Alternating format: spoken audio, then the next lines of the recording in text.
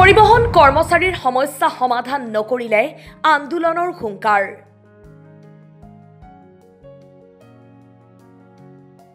শিৱসাগৰত পৰিবহন কৰ্মচাৰী সন্থাৰ বৰ্ধিত কাৰ্যনিৰ্বাহক সভাত সিদ্ধান্ত।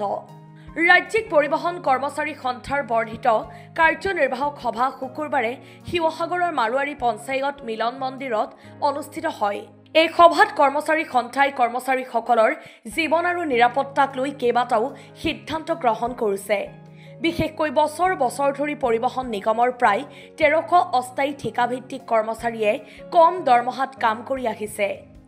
এইসকল দুৰৱস্থাত ভুগি থকা চৰকাৰী চাকৰি নিয়মীয়াকৰণ আৰু দৰমহা বৃদ্ধি নকৰিলে কৰ্মচাৰী সন্থাই গণতান্ত্ৰিকভাৱে আন্দোলন কৰিব বুলি সভাত প্ৰস্তাৱ গ্ৰহণ কৰে।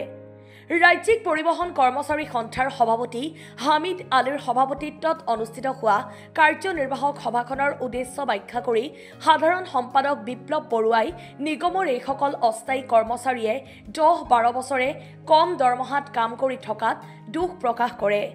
নিগমৰ দিছপুৰ শাখাৰ সম্পাদক দিগম্বৰ দাসে আধৰা সভাখনত কৰ্মচাৰী সন্থাৰ মুখ্য উপদেষ্টা ৰাজেন শইকীয়াই এইসকল অস্থায়ী তথা ঠিকাভিত্তিক কৰ্মচাৰীৰ সমস্যাসমূহ সমাধান কৰিবলৈ নিগমৰ পৰিচালন সঞ্চালক আৰু পৰিবহন মন্ত্ৰী মুখ্যমন্ত্ৰীলৈ আহ্বান জনায়।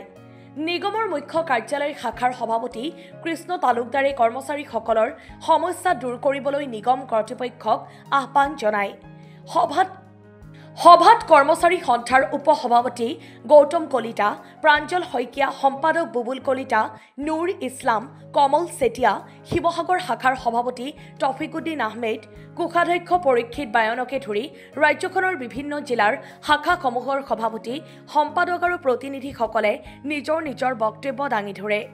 সভাত নিগমৰ বাছৰ সংখ্যা বৃদ্ধি, বিভিন্ন ঠাইত থকা বাছ আস্থানসমূহ উন্নত কৰাৰ বাবেও সিদ্ধান্ত লোৱা হয়। সভাত গৃহীত হোৱা প্ৰস্তাৱ এমাহৰ ভিতৰত কাৰ্যকৰী নহ'লে গণতান্ত্ৰিক আন্দোলন কৰিব বুলি সন্থাই জানিবলৈ দিয়ে। আজি অসম ৰাজ্যিক পৰিবহণ নিগমৰ কৰ্মচাৰী সন্থাৰ বৰ্ধিত কাৰ্যনিৰ্বাহক সভা এখন আমি শিৱসাগৰ সন্মিলনত পতাৰ সিদ্ধান্ত লৈছোঁ। যিহেতু আমাৰ সভাৰ উদ্দেশ্য এটাই আছিলে, যিসকল আজি ১৬-১৭ বছৰে চাকৰি কৰিব আৰু চৰকাৰী মৰ্যাদা পাবলৈ সক্ষম হোৱা নাই, সেই কৰ্মচাৰীসকল কাৰোবাৰ ৰিটায়াৰ হ'বলৈ ৫ বছৰ আছে, কাৰোবাৰ ৰিটায়াৰ হ'বলৈ 2 বছৰ আছে।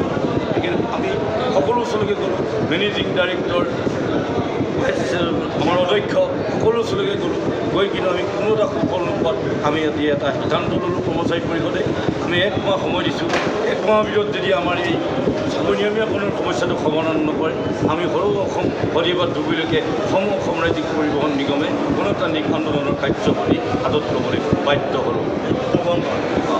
যিটো কাৰণ আমি ইমান দিনে বিচৰা নাছিল, কাৰণ আমাৰ ইয়াত ল'ৰা ছোৱালী পৰিয়ালৰ ভৱিষ্যত জড়িত হৈ আছে।